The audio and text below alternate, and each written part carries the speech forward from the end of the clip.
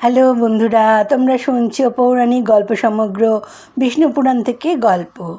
আজকে গল্প কৃষ্ণ ও ইন্দ্র। পর্বতের ছত্রে প্রতিহত হলো ইন্দ্রের রোষ। গোকুল বাঁচল, কৃষ্ণ বাঁচালেন। কৃষ্ণকে দেখবেন স্বাদ হলো ইন্দ্রের।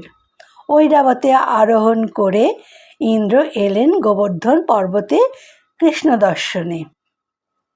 ইন্দ্র দেখলেন কৃষ্ণকে, ইন্দ্র দেখলেন জগদীশ্বরকে, ইন্দ্র দেখলেন সেই মহান্ত পুরুষকে গোপের বেশে গরু চড়িয়ে ফিরছেন।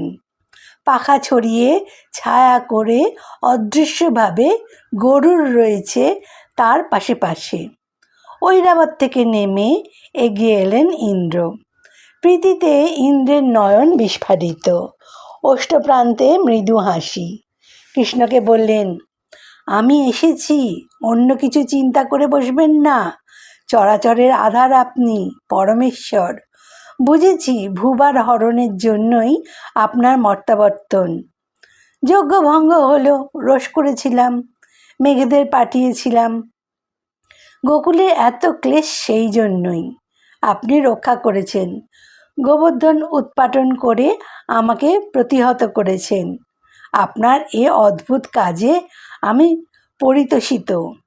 হাতে ধারণ করেছেন পর্বত, গোকুল রক্ষা পেয়েছে, কিন্তু দেবগণের প্রয়োজন সাধিত এতে। গোগণের কথায় আমার আশা, উপেন্দ্রত্বে বরণ করব আপনাকে, গোগণের ইন্দ্র। অতএব গোবিন্দ নাম হোক আপনার। ঐরাবতের পিঠ থেকে ঘণ্টা নিলেন ইন্দ্র। পবিত্র জলে পূর্ণ করা হলো ঘণ্টা। কৃষ্ণের অভিষেক হলো। ইন্দ্র অভিষেক করলেন গোবিন্দকে। পুলকিত গোকুল, বসুন্ধরা সিক্ত হলো গাভীদের দুগ্ধক্ষরণে।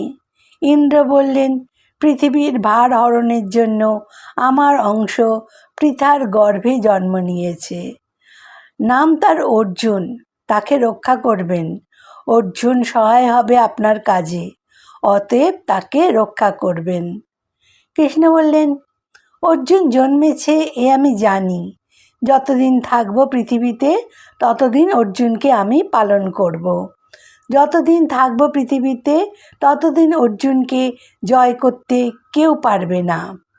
কংস, অরিষ্ট, কুবলয়া, পীর, কেশী, নরক, মহা সব অসুর, এরা নিহত হলে বিরাট যুদ্ধ হবে।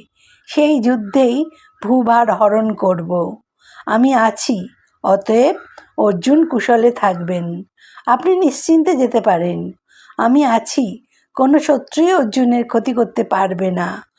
ভারত যুদ্ধ শেষ হবে। পঞ্চপাণ্ডবকে অক্ষত শরীরে সঁপে দেব কুন্তির হাতে। ইন্দ্র আলিঙ্গন করলেন কৃষ্ণকে। ঐরাবতে চেপে ইন্দ্র গেলেন স্বর্গে। গোপীদের সঙ্গে কৃষ্ণ এলেন ব্রজে। গল্পটা এখানেই শেষ হলো। কেমন লাগলো জানিও। সবাইকে শেয়ার করে দেবে, সাবস্ক্রাইব করে দিতে বলবে সবাইকে। ধন্যবাদ।